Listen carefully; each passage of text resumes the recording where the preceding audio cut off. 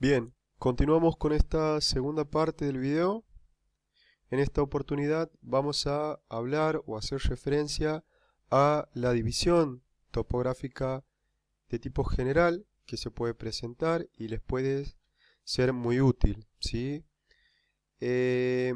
Cuando hablamos de división topográfica, debemos aclarar que existen dos tipos de divisiones topográficas utilizadas y tienen que ver con la utilización de distintos puntos de referencia dentro del abdomen que les va a servir a ustedes para poder eh, determinar en qué región se encuentran ciertos órganos.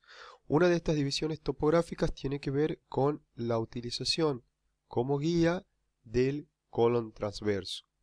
Y otra de las divisiones tienen que ver con líneas imaginarias que les va a permitir dividir en nueve cuadrantes, perdón, como se ven en la imagen de la región esta superior izquierda, ¿sí? La primera división que se la hace a través del colon transverso, fíjense, utilizamos el colon transverso como referencia, ¿sí? Y este colon transverso se encuentra unido al peritoneo a través del meso, que es lo que hablábamos en el video anterior. Es por esto que recibe el nombre de mesocolon transverso. Todo lo que se encuentra por encima del mesocolon transverso se denomina supramesocolónico y todo lo que se encuentra por debajo inframesocolónico. En esta imagen de la izquierda pueden ver la línea imaginada trazada, ¿sí? Imaginaria trazada, que todo lo que se encuentra por arriba se denomina supramesocolónico y todo lo que se encuentra por abajo inframesocolónico. Existen órganos por arriba, supramesocolónico, y órganos que se encuentran por debajo. Como así también existen órganos que se encuentran compartiendo ambas regiones. Eso lo van a ver clarito, digamos, lo van a tener en la bibliografía del escrito, ¿sí? Así que no se preocupen por esto, que si se ponen a leer con tiempo lo van a comprender. Bien, otra de las divisiones tiene que ver con las líneas imaginarias, como les decía, que se van a trazar dentro del abdomen. Dos líneas imaginarias se van a ubicar de manera vertical y dos líneas imaginarias de manera transversal. Las líneas verticales van a atravesar las mamilas del paciente y las líneas transversales, la superior va a atravesar las últimas costillas y las inferior va a atravesar las crestas ilíacas. Reciben el nombre de planos, ¿sí? Planos transversales. En el caso de la superior, recibe el nombre de plano transpilórico y en el caso de la inferior, plano tubercular. La superior recibe ese nombre transpilórico porque atraviesa el píloro del estómago y la inferior porque atraviesa la tuberosidad ilíaca, ¿sí? Bien, pasamos a la siguiente plantilla. Y en la siguiente plantilla tenemos justamente la división previamente explicada. Eso ya está clarito, creo. Pasamos a la siguiente, en donde tratamos o donde vemos el hábito corporal. ¿Y por qué es importante conocer el hábito corporal y relacionarlo con todo lo que venimos viendo previamente? Porque el hábito corporal conlleva a que no todos los pacientes o no todas las vísceras, no todos los órganos se presentan de igual forma en todos los pacientes. Fíjense en los 4 estereotipos de paciente. Se encuentra el paciente hiperesténico, que es el paciente bajo, robusto. Luego podemos ver al paciente esténico, que es el paciente de una estatura media, con un índice de masa corporal normal para su estatura, ¿sí? son los esténicos, que se encuentran en un 50%. Luego encontramos los hipoesténicos, que son los pacientes considerados altos, pero con una masa corporal acorde a su altura. Y en cuarto lugar se encuentran los asténicos, que serán los pacientes altos, pero delgados. Estos últimos pacientes, si bien ya lo vieron en la parte de tórax, presentan un campo pulmonar alargado, ¿sí? Al igual que las estructuras del abdomen. Fíjense las comparativas del estómago, lo que está pintadito, ¿sí?, en naranja, cómo se presentan en los distintos hábitos corporales. Es por eso que ustedes tienen que saber que cuando tienen que estudiar estómago, por ejemplo, en determinados pacientes el estómago se puede encontrar en el, por ejemplo, en el epigastrio, ¿sí? Y en otros no. En otros se va a extender hasta la región umbilical, ¿sí? Eso lo van a determinar o se van a adaptar ustedes con el tiempo, con la práctica, ¿sí? Pero quiero que sepan eso, que no en todos los pacientes se presenta de igual forma las estructuras o las vísceras de abdomen. Bien, una de las cosas importantes a tener en cuenta es que al estudiar abdomen no siempre nos piden estudios de abdomen en pacientes que vienen con patologías a tratar. ¿Qué quiero decir con patologías a tratar? Con patologías, por ejemplo, con una sospecha de un cálculo, una litiasis, una piedra renal, por ejemplo, ¿sí? Que son pacientes que ustedes, cuando llegan en esa situación, con una sospecha de una piedra renal o de un quiste, por ejemplo, ustedes al paciente lo van a programar, si no se lo considera de urgencia, le van a dar un turno, ¿sí? Y en ese transcurso del turno le van a pedir al paciente que realice una dieta liviana, que se administre, consuma laxantes y el día del estudio en algunos casos venga con un ayuno. ¿Por qué? Porque se busca que la región abdominal se encuentre limpia, limpia de heces, materia fecal, limpia de gases y en algunos casos limpia de lo que tiene que ver con líquidos, ¿sí? Es por eso que al paciente se le va, en los casos que ustedes puedan dar un turnito, se le va a pedir que hagan estas indicaciones previas, ¿sí?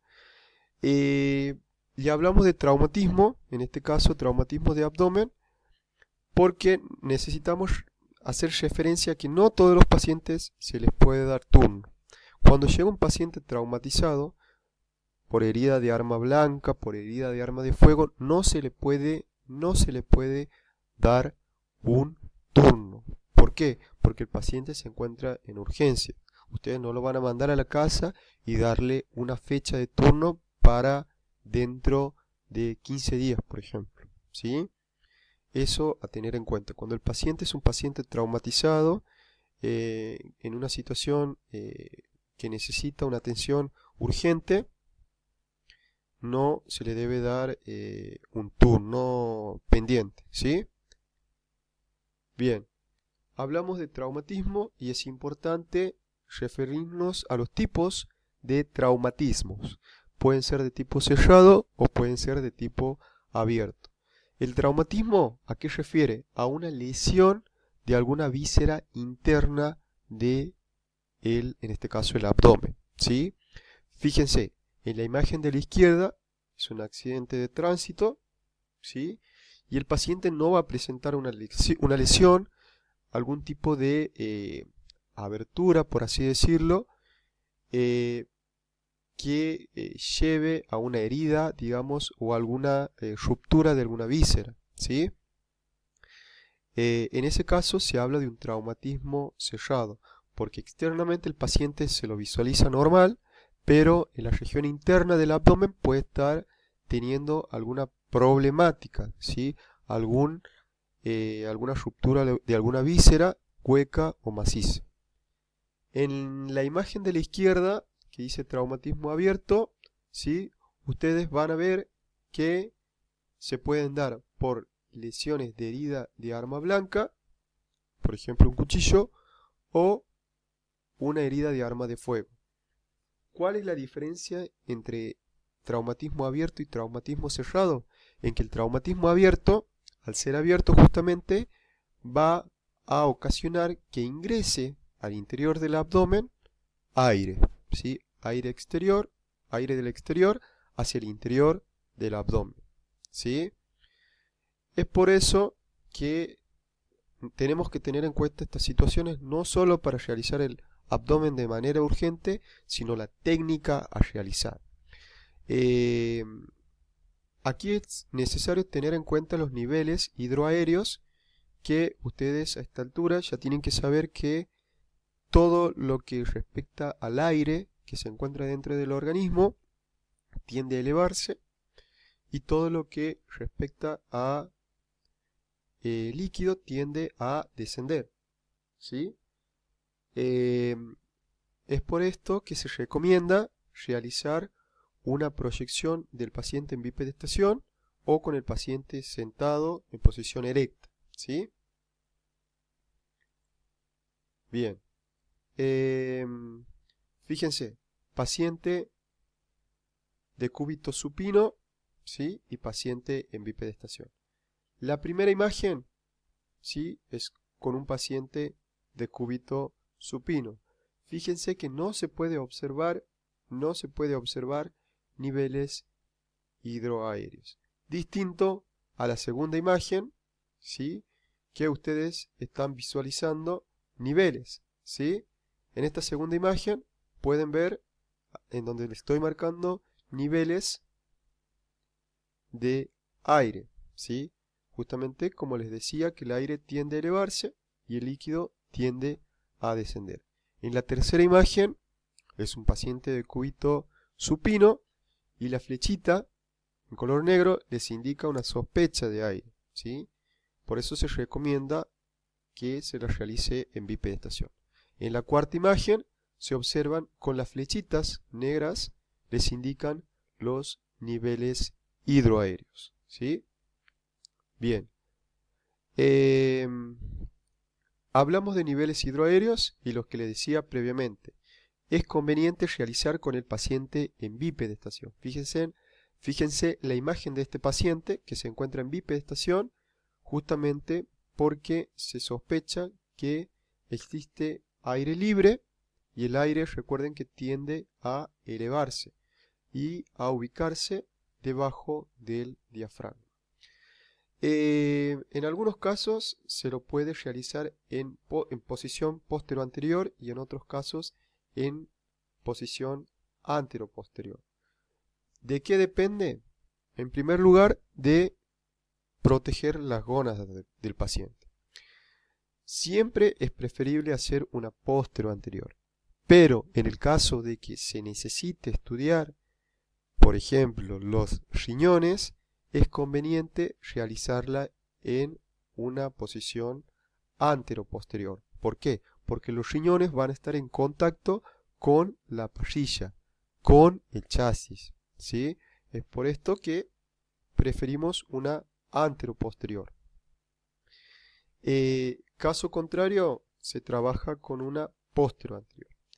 Otra de las cosas importantes a tener en cuenta, y antes de terminar este videito, es que hay pacientes que no se los puede colocar en bipedestación por una cuestión de accidentología, entonces se los realiza en la misma camilla de manera lateral, como se ve en la imagen, ¿sí? Se lo coloca en la misma camilla de manera lateral, de cúbito lateral izquierdo. ¿Por qué? Porque el estómago se encuentra del lado izquierdo y el estómago debe posicionarse debajo, ¿sí? En contacto con la camilla. Porque si opto por la otra posición lateral derecho, el aire que se eleve hacia la región superior se va a superponer con la cámara gástrica con el estómago.